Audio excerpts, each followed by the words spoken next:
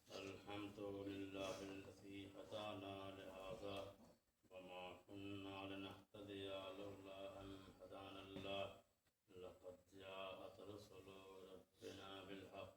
الصلاة والسلام والتحية والإكرام على النبي الأمي المكي المدني القرشي العربي الهاشمي الأبدعي مولانا مولى الثقلين جد الحسن والحسين بالقاسم محمد اللهم صل على محمد وآل محمد وآل الطيبين الطاهرين المعصومين المظلومين ولعنة الله على أعدائهم أجمعين من الآن إلى قيام يوم الدين أما بعد فقد قال سبحانه تبارك وتعالى في محكم الكتاب المبين وهو أصدق القائلين وقوله الحق بسم الله الرحمن الرحيم فاعبد الله مخلصا له الدين الصلوات اللهم صل على محمد وآل محمد حضرات گرامی قدر محترم سامعین کرام عزاداران امام میں نے جس آیہ کریمہ کو آپ کے سامنے تلاوت کرنے کا شرف حاصل کیا اس میں خداوند عالم ارشاد فرما رہا ہے فاعبد اللہ اللہ کی عبادت کرو مخلصا لہ الدین اور دین کے معاملے میں دین کے کام میں ہمیشہ مخلص رہو اسی اخلاص کے حوالے سے ہی مولا کائنات کی حدیث ہے کہ جس میں مولا ارشاد فرماتے ہیں کہ فخلص العمل اپنے عمل میں اخلاص پیدا کرو لیجزکا منہ القلیل کیونکہ خلوص کے ساتھ انجام دیا جانے والا کم اور تھوڑا عمل بھی بارگاہ خداوندی میں قبول ہوتا ہے یعنی اللہ یہ نہیں دیکھتا ہے کہ کس نے زیادہ انجام دیا ہے کس نے کم انجام دیا ہے بلکہ انسان کے عمل کی قبولیت کا دار و مدار انسان کے اخلاص پر ہے اگر انسان کے اندر اخلاص پایا جاتا ہے خلوص پایا جاتا ہے تب انسان کا عمل اللہ کی بارگاہ میں قابل قبول ہوتا ہے لیکن اگر انسان کوئی عمل انجام دے کوئی کام دین کے انجام دے اور اس کا ہدف اور مقصد یہ ہو کہ لوگ ہماری تعریف کریں لوگ ہماری مدح کریں تو ایسا عمل قبول نہیں ہے بلکہ انسان مختصر عمل انجام دے تھوڑا عمل انجام دے لیکن خلوص نیت کا ہونا ضروری ہے اسی طریقے سے قربانی کے بارے میں ملتا ہے کہ لن ینال اللہ دماؤہا ولا لحومہا یعنی جب تم قربانی کرتے ہو تو تمہاری قربانی کا نہ گوشت اللہ تک پہنچتا ہے اور نہ ہی اس کا خون اللہ تک پہنچتا ہے بل ینال اللہ تقوی منکم بلکہ خداوند عالم تک جو پہنچتا ہے وہ تمہارا تقوی ہے تمہاری پرہیزگاری ہے یعنی تمہاری نیت اور تمہارا خلوص ہے جو اللہ تک پہنچتا ہے تو لہٰذا اگر انسان چاہتا ہے کہ ہمارے عمل خداوند عالم کی بارگاہ میں شرف قبولیت کے حامل ہوں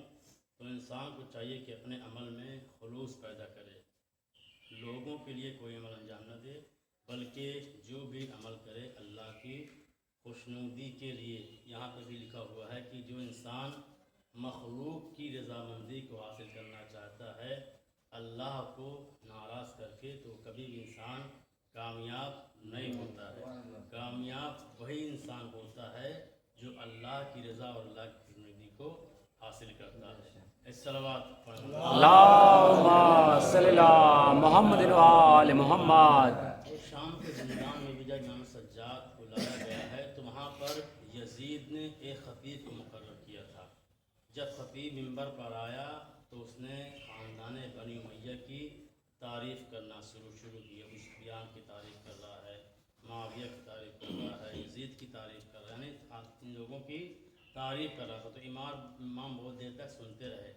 پھر امام اس کی جانب متوجہ ہوئے کہ ایھا الخاطب، اے خطیب، اے تقریر کرنے والے، تو کیوں مخلوق کو خوش کرنے کے لیے اپنے خدا کو ناراض کر رہا ہے؟ لہٰذا اس کے بعد امام متوجہ ہوتے ہیں یزید کی طرف کہ اے یزید، کیا مجھے تو اجازت دیتا ہے کہ میں اس منبر پر جاؤں اور ان چیزوں کو بیان کروں کہ جس سے مخلوق نہیں بلکہ جس سے خالق خوش ہو جائے، جس سے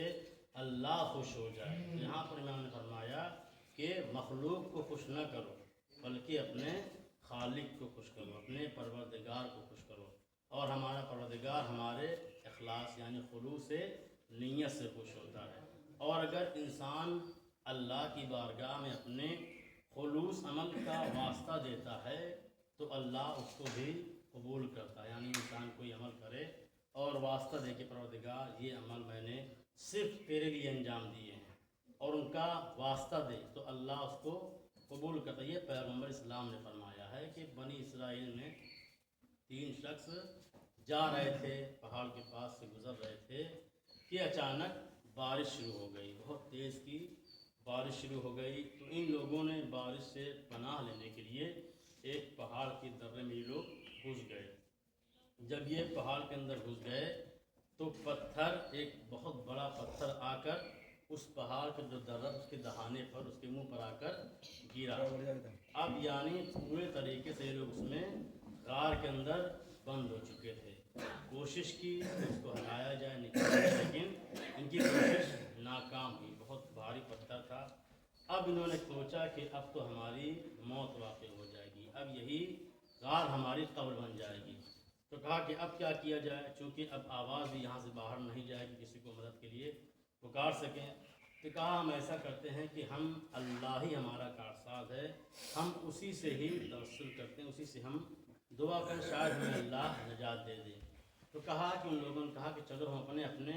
عمل کو، یعنی جو ہم نے کوئی عمل انجام دیا ہو اللہ کے لیے خلوص نیت کے ساتھ، تو اس کا ہم واسطہ دیتے ہیں۔ تو لہٰذا ان لوگوں میں سے ایک نے کہا پروردگار، ایک مرتبہ میرے لیے گناہ کے وسائل موجود تھے، میں گناہ کرنے کے لیے جا رہا تھا، لیکن مجھے تیرا خیال آیا جس وجہ سے میں نے گناہ کو ترک کر دیا، اور اگر اس عمل میں خلوص پایا جا رہا تھا، میں نے گناہ کو ترک کیا، اس میں اگر اخلاص اور خلوص پایا جا رہا تھا تو میں تجھے اس عمل کا واسطہ دیتا ہوں کہ اس غار سے ہمیں نجات دے دے۔ اس نے جب یہ کہا تو وہ جو پتھر تھا ہلکا سا وہ ہٹا۔ یہ پیغمبر اسلام نے ارشاد فرمایا ہے۔ تو لہٰذا وہ پتھر ہلکا سا ہٹا۔ دوسرے شخص موجود تھا، اس نے بھی اپنے عمل کا واسطہ دیا کہ پروردگار، میرے والدین بوڑھے ہو چکے ہیں، کمر خمیدہ ہو چکی ہے، کمزور ہو چکے ہیں، ایک مرتبہ میں ان کے لیے، رات کا وقت تھا، میں ان کے لیے کھانا لے کر ان کے پاس گیا، لیکن والدین میرے سو چکے تھے، تو میں اس انتظار میں رات بھر کھڑا رہا کہ کہیں ایسا نہ ہو کہ میرے کسی حرکت کی وجہ سے ان کو کوئی تکلیف ہو جائے اور ان کی نیند خراب ہو جائے۔ یعنی میں اس انتظار میں رات بھر اسی حالت میں کھڑا رہا۔ تو اے پروردگار، اگر میرے اس عمل میں خلوص پایا جاتا تھا، اور اگر میں نے یہ عمل خلوص کے ساتھ کیا تھا، تو میں اس عمل کا تجھے واسطہ دیتا ہوں کہ اس کی وجہ سے مجھ کو اس غار سے نجات دے دے۔ دوسرے شخص نے دعا کی تو اس کی بھی دعا قبول ہوئی، وہ پہاڑ کا وہ پتھر ہٹا۔ تیسرا شخص جو تھا اس نے بھی دعا کی، پروردگار، میرے پاس ایک کام کرنے والا تھا، ایک مزدور تھا جو آ کر میرے ہاں مزدوری کیا کرتا تھا، اور ایک مرتبہ اس نے اجرت کا مطالبہ کیا، لیکن جو رقم میں نے اس کے لیے معین کی تھی اس سے زیادہ کا مطالبہ کر رہا تھا، تو لہٰذا میں نے اس کو نہ دی، تو وہ اپنی رقم بھی نہ لیا اور وہاں سے وہ چلا گیا۔ اس کے بعد میں نے اسی کی رقم سے، یعنی جو اس کی مزدوری کی رقم تھی، اسی کے ذریعے سے میں نے ایک بھیڑ خریدی اور اس بھیڑ کے بچے ہوئے. اس طریقے سے ایک ریوڑ پورا تیار ہو گیا. اور پھر کافی عرصے کے بعد اس سے میری ملاقات ہوئی تو میں نے اس ریوڑ کو اس کے حوالے کیا جو اس کی مزدوری کے ساتھ میں نے مزدوری سے خریدی تھی. تو چونکہ میں اس کی بھلائی چاہ رہا تھا، کیونکہ اس کا پیسہ میرے پاس تھا، لہٰذا میں نے اس کے ذریعے سے وہ چیزیں، وہ جانور خریدے تاکہ اس کا بھلا ہو جائے. جب میں نے اس کو یہ دیا تو اس نے کہا کیا تم میرے ساتھ مذاق کر رہے ہو؟ تو میں نے کہا نہیں، بلکہ میں نے تیری ہی مزدوری کے ذریعے سے ایک بھیڑ خریدی جس کی وجہ سے یہ اتنی زیادہ تمہارا ریوڑ تیار ہوا. تو اس نے کہا پروردگار، اگر یہ عمل تیری میں اخلاص پایا جا رہا تھا، اس میں اگر خلوص تھا، تو میں تجھے اس عمل کا واسطہ دیتا ہوں کہ ہم سب کی مشکل کو آسان کر دے. تینوں نے اپنے اخلاص سے عمل کا واسطہ دیا، یعنی وہ عمل جو خلوص کے ساتھ انہوں نے کیا تھا اس کا واسطہ دیا اور اس درے سے انہوں نے نجات حاصل کر لی. صلوات اللہم صلی علی محمد وآل محمد. تو جب بھی انسان اپنا کوئی خلوص کے ساتھ کوئی عمل کرے تو اس کو انسان چاہیے کہ اللہ کی بارگاہ میں اس کو واسطہ قرار دے، تو اللہ اس کی دعا کو مستجاب کرتا ہے اور قبول کرتا ہے. اسی طریقے سے بنی اسرائیل میں ایک عابد تھا جو عبادت کرتا تھا، لیکن وہیں پر کیا ایک مرتبہ کیا ہوا کہ وہاں پر لوگوں کو شیطان گمراہ کرنے کے لیے اس نے ایک درخت میں آواز پیدا کی، جس کی وجہ سے لوگ درخت کی پوجا کرنے لگے. اب اس عابد کو معلوم ہوا کہ لوگ گمراہ ہو رہے ہیں، درخت کی پوجا کر رہے ہیں، تو لہٰذا اس نے سوچا کہ چونکہ میں ایک نیک انسان، لہٰذا میری ذمہ داری ہے کہ میں اس گمراہی کو روکوں. تو لہٰذا یہ اپنے گھر سے تیار ہوا ایک کلہاڑی لے کر تاکہ جا کر اس درخت کو یہ کاٹ دے تاکہ نہ پیڑ رہے گا نہ لوگ گمراہ ہوں گے. تو لہٰذا جب یہ چلا کلہاڑی لے کر پیڑ کی جانب تو راستے میں شیطان انسانی شکل و صورت میں نمایاں ہوا اور اس سے آ کر پوچھتا ہے کہ تم کہاں جا رہے ہو؟ کہا کہ میں جا رہا ہوں درخت کو میں کاٹ دوں گا تاکہ جو لوگ گمراہ ہو رہے ہیں اس ذریعے سے تاکہ گمراہ نہ ہو. تو اس نے کہا کہ نہیں، تمہیں ایسا نہیں کرنا چاہیے. اس نے کہا نہیں، میں ایسا کروں گا، چونکہ لوگ اس سے گمراہ ہو رہے ہیں، میری ذمہ داری ہے کہ میں اس کو ختم کر دوں. تو لہٰذا کافی بحث و تکرار ہوئی، یہاں تک کہ دونوں میں لڑائی ہو گئی. جب دونوں میں لڑائی ہوئی یعنی شیطان میں اور اس عابد میں، تو وہ عابد شیطان کے اوپر غلبہ پا گیا، اس نے اس کو پٹک دیا. اب اس کے بعد جب شیطان نے دیکھا کہ یہ میرے پر غلبہ پا چکا ہے اور اس سے نجات میرے لیے مشکل ہو رہی ہے، تو کہا رکو رکو، میں تم سے کچھ بات کرنا چاہتا ہوں. کہا کیا؟ کہا دیکھو، تم اس درخت کو نہ کاٹو، میں اس کے بدلے میں تمہیں کچھ پیسے دیتا رہوں گا، یعنی 2 دینار تمہیں روز صبح مل جائے گا. یعنی دنیا کی لالچ اس کو دی. لہٰذا اب عابد نے سوچا کہ ٹھیک ہے، نہیں کاٹو، جب مجھے پیسہ ہی مل رہا ہے تو میں کاٹ کر کیا کروں گا. لہٰذا یہ اپنے ارادے سے باز آ گیا اور گھر واپس آ گیا. ایک دن اس کے پاس تکیے کے نیچے اس کو پیسہ ملا، 2 دن پیسہ ملا. جب تیسرا دن آیا تو اس کو جب پیسہ نہیں ملا تو پھر اس نے کلہاڑی اٹھا لی کہ اب جا کر میں درخت کو کاٹ دوں گا. پھر جیسے ہی راستے میں پہنچا پھر شیطان انسانی شکل و صورت میں ظاہر ہوا اور اس کے بعد کہا کہاں جا رہے ہو؟ کہا جا رہا ہوں میں درخت کو آج کاٹ ہی دوں گا. شیطان نے کہا نہیں، آج میں تمہیں ایسا نہیں کرنے دوں گا. پھر بحث و تکرار ہوئی، دونوں میں جھگڑا ہوا. اس بار عابد مغلوب ہو گیا اور شیطان اس کے اوپر غالب آ گیا. اب اس کو بڑا تعجب ہوا عابد کو، آخر کیا بات ہے، اس سے پہلے میں غالب آ گیا تھا لیکن اس بار یہ میرے پر غالب کیوں آ گیا؟ تو اس نے پوچھا اس سے کہ آخر یہ کیا ماجرا ہے، اس سے پہلے تو میں تمہارے اوپر غلبہ پا چکا تھا لیکن اس بار تم کیسے غالب آ گئے؟ تو اس نے کہا چونکہ اس سے پہلے تمہاری نیت میں خلوص پایا جا رہا تھا، لیکن اس بار تم اس لیے جا رہے ہو چونکہ تمہیں پیسہ ملنا بند ہو گیا ہے، اب تم اس غرض سے جا رہے ہو. اللہم صلی علی محمد وآل محمد. تو لہٰذا انسان کے اندر خلوص ہوتا ہے تو انسان ہر میدان میں کامیاب ہوتا ہے، ہر میدان میں کامران ہوتا ہے. تو اپنے عمل میں انسان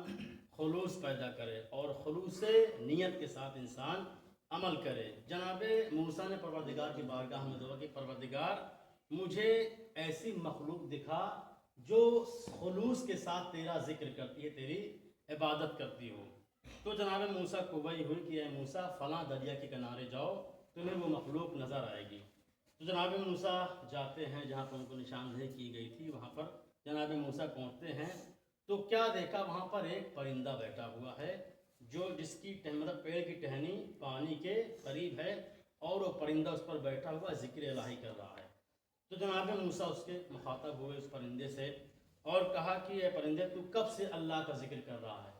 تو اس نے کہا کہ جب سے مجھے اللہ نے وجود بخشا، یعنی جب سے مجھے پیدا کیا تب سے میں اللہ کا ذکر کر رہا ہوں۔ کہا کہ اچھا تمہاری کوئی آرزو بھی ہے اس دنیا میں؟ کہا کہ ہاں میری آرزو یہ ہے، تمنا یہ ہے کہ میں اس دریا کا پانی پی سکوں۔ تو کہا کہ کیا اس میں کیا دوری ہے، اس ٹہنی میں اور دریا میں کتنی دوری ہے، تو آخر تو کیوں پانی نہیں پیتا؟ تو اس نے آواز دی، اس نے کہا کہ میں سوچتا ہوں کہ کہیں ایسا نہ ہو کہ جو لذت مجھے ذکر الہی سے مل رہی ہے اس لذت میں پانی کی لذت بھی شامل ہو جائے۔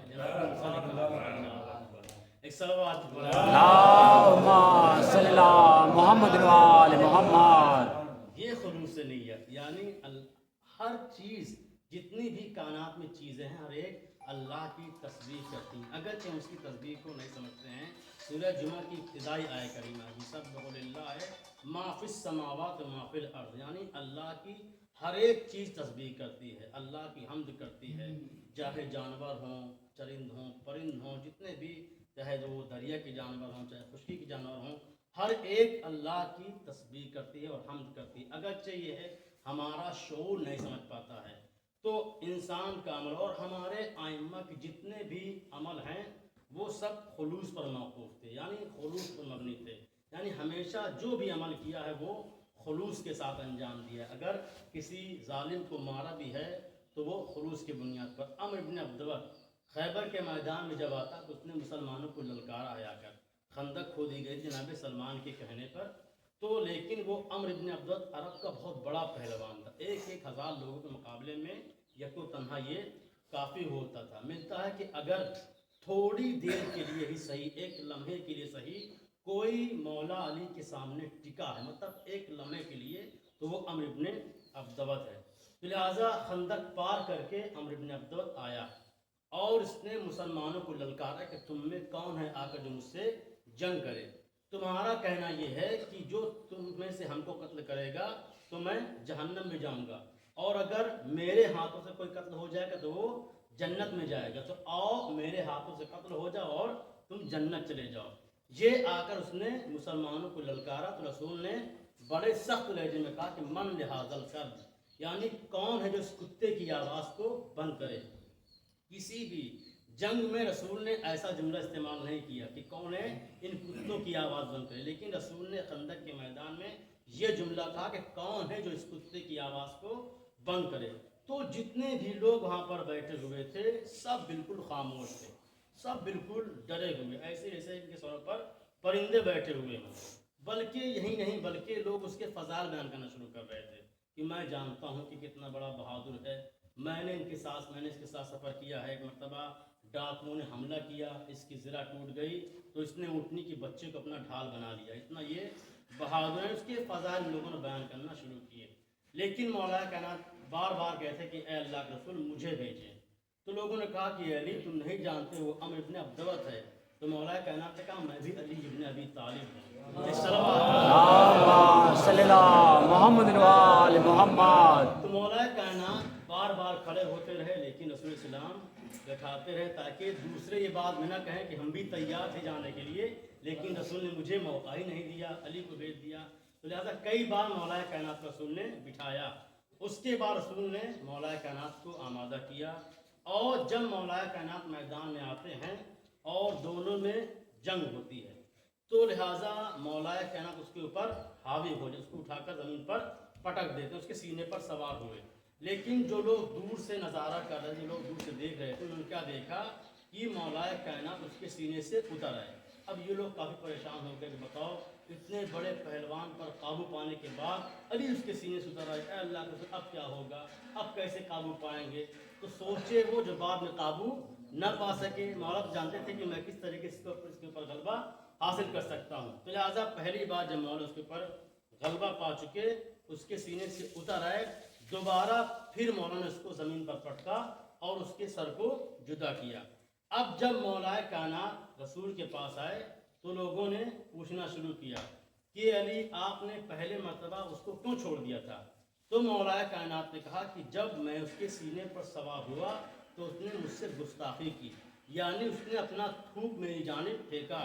اور جب اس نے اپنا تھوک میری جانب پھینکا تو مجھے غضب آ گیا تھا، مجھے غصہ آ گیا تھا، اور میں نہیں چاہ رہا تھا کہ غصے کے عالم میں اس کے سر کو جدا کروں، لیکن جب میرا غصہ ختم ہو گیا تب میں نے اس کو قتل کیا، کیونکہ میرا ہر عمل اپنے لیے نہیں ہوتا بلکہ اپنے خدا کے لیے ہوتا ہے، یعنی خلوص نیت کے ساتھ ہوتا ہے۔ اسی لیے رسول نے کہا کہ ضربت علین یوم الخندق افضل من عبادت الثقلین، یعنی علی کی ایک ضربت خندق کے دن عبادت ثقلین سے افضل اور بہتر ہے۔ اللہم صلی اللہ محمد وآل محمد۔ یعنی علی کا ہر عمل خدا کے لیے ہوتا ہے، چاہے وہ بستر نبوت پر سونا ہو اور چاہے وہ خندق کے میدان میں امر ابن عبدوت کو زیر کرنا ہو، اس کو قتل کرنا ہو۔ اور اگر ہمیں اخلاص اور خلوص دیکھنا ہے تو ہمیں کربلا کے میدان میں بھی آ کر دیکھنا چاہیے کہ جہاں پر امام یہی جملہ کہے، جب بھی کسی شہید کا جنازہ لے کر آتے تھے امام، تو امام کے لبوں پر یہی جملہ تھا، الہی رضم بقضائی، کہ پروردگار ہم تیرے فیصلے پر راضی ہیں، ہم تیری خوشنودی میں خوش ہیں، یعنی ہم ہر قربانی کو دینے کے لیے آمادہ اور تیار ہیں۔ عزیزو، جناب عباس اجازت کے لیے آتے ہیں کہ اے آقا میدان میں جانے کی اجازت دیجیے، تو امام صلی اللہ علیہ وسلم کہتے ہیں کہ اے میرے بھیا عباس، تم میرے لشکر کے علم بردار ہو، میرے بھیا میں تمہیں کیسے میدان میں جانے کی اجازت دوں؟ تو ایک مرتبہ جناب عباس داہنی جانب دیکھتے ہیں اور بائیں جانب دیکھتے ہیں، کہتے ہیں آقا وہ لشکر کہاں رہا کہ جس کی میں علمداری کرتا تھا؟ عزاداروں اسی اثنا میں بچوں کی ہائے پیاس کی آوازیں آنا شروع ہوئیں، جیسے ہی آواز آئی تو امام حسین نے کہا بھیا عباس ان بچوں کے لیے پانی کا انتظام کر دو۔ عزاداروں امام جناب عباس جناب سکینہ کے پاس آتے ہیں اور کہتے ہیں میرے لال سکینہ جاؤ اپنی مشق لے کر آؤ۔ جناب سکینہ اپنی خشک مشق لا کر جناب عباس کے حوالے کرتی ہیں اور بچوں سے کہتی ہیں بچوں اب تم زیادہ دیر تک کاسے نہیں رہو گے، کیونکہ میدان میں اب میرا چچا جا رہا ہے۔ زادر جناب عباس جب میدان کی جانب جانے لگے ہیں تو چونکہ علم پر لکھا ہوا تھا نصر من اللہ و فتح قریب، لیکن امام حسین نے اپنی انگلیوں سے لکھا انا للہ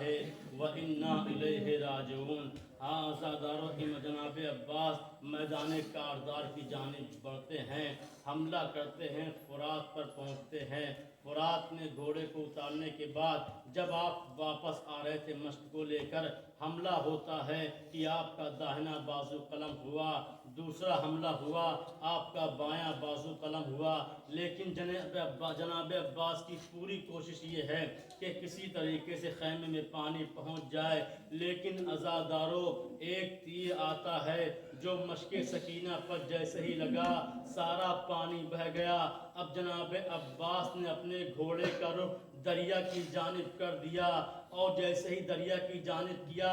ایک ملعون نے ایسا تیر مارا جو آپ کی آنکھوں میں پیوست ہو گیا۔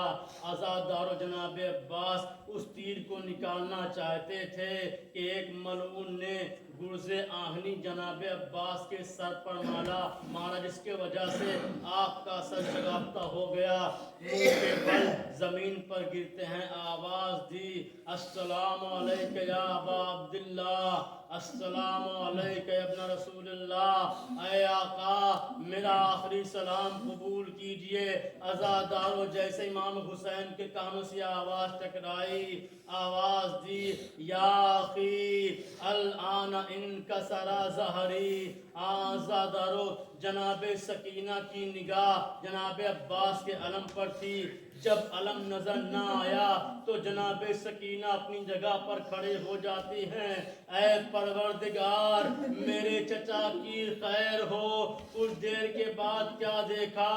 کہ بابا چچا کا علم لے کر آ رہے ہیں جناب سکینہ دوڑ کر لپٹ جاتی ہیں اے بابا میرا چچا کہاں ہے امام حسین نے کلیجے سے لگایا اے میری سکینہ اب اپنے چچا کا انتظار مت کرنا تمہارا چچا بازوؤں کو کٹا کے فرات کے کنارے ہمیشہ کے لیے سو گیا بس یعلم الذین ظلموا ایام فلذی ينقلبون بارہ بیعت زہرا